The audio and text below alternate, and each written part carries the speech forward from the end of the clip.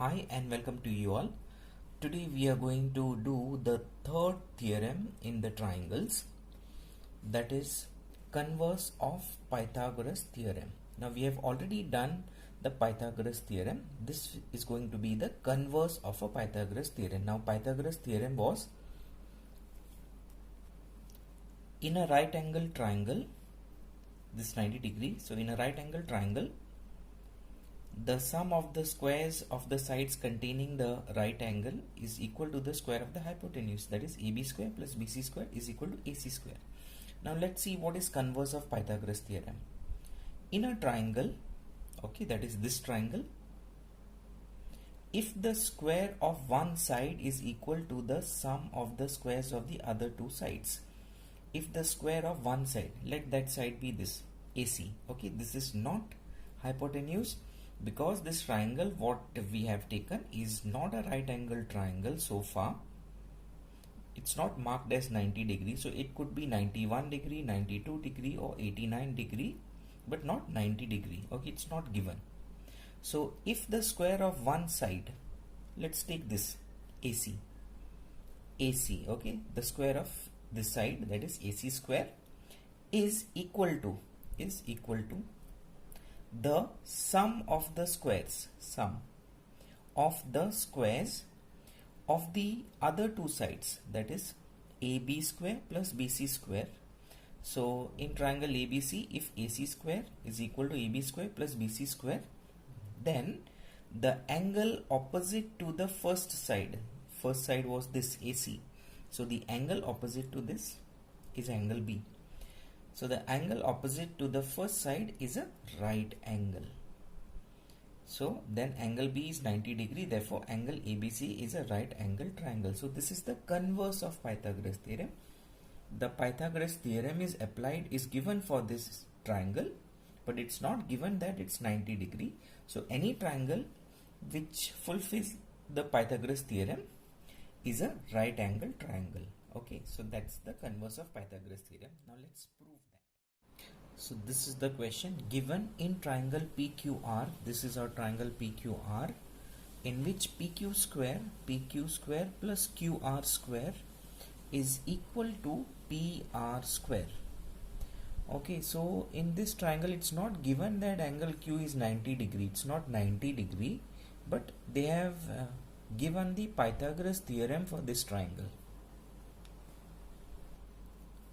And now another triangle DEF is constructed such that DE is equal to PQ. Okay, so D is constructed equal to PQ and EF is constructed equal to QR, and angle E is 90 degrees. So while drawing this triangle, DE is taken equal to PQ and EF is equal to QR, and this angle is taken as 90 degree. Okay, so this is a right angle triangle. Now what you need to prove that triangle PQR, this triangle, is a right angle triangle. It's not given that this is 90, but Pythagoras theorem is applied for this. So now you need to prove that this is a right angle triangle, or that angle Q is equal to 90 degree. So let's prove this. Proof statement, reason, step 1. In right triangle DEF, okay, so we are going to take this triangle first, not the one in which we need to prove 90 degree. We will take triangle DF in which 90 degree is given. Okay, so only because a right angle triangle only we can prove the Pythagoras theorem. Okay, so in right triangle DF, DE square plus EF square is equal to DF square, and that is by Pythagoras theorem. Now your step 2 will be same as step 1, but DE is equal to PQ, because we know that DE was drawn or constructed equal to PQ. So in place of DE square I am writing PQ square. Same way EF was constructed equal to QR, so in place of EF square I am writing QR square is equal to DF square, but DF was not constructed equal to PR, so I'll write the same thing, DF square, and the reason is DE is equal to PQ and EF is equal to QR, or it's by construction. third step is, but this PQ square plus QR square is not DF square actually, it's PQ square plus QR square is PR square, and that was already given in the question that in triangle PQR, PQ square plus QR square is equal to PR square. Okay, so from that it's equal to PR square, and that was given. Now if you look at step 2 and 3, PQ square plus QR square is equal to DF square, and the same thing PQ square plus QR square is equal to PR square. So this DF square and PR square are equal to the same things. That's why this DF square and PR square will be equal.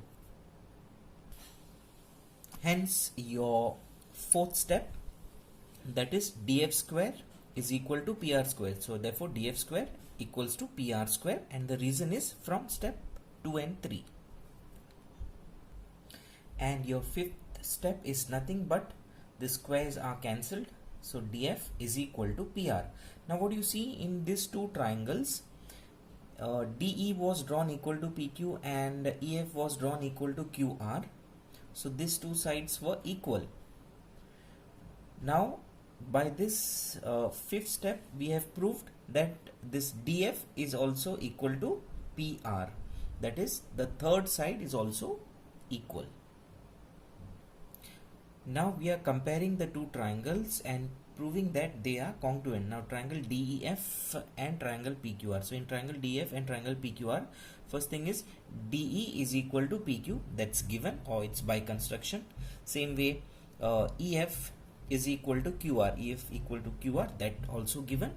And DF is equal to PR, this DF is equal to PR, that was proved here in step 5. So DF is equal to PR, that will be from step 5.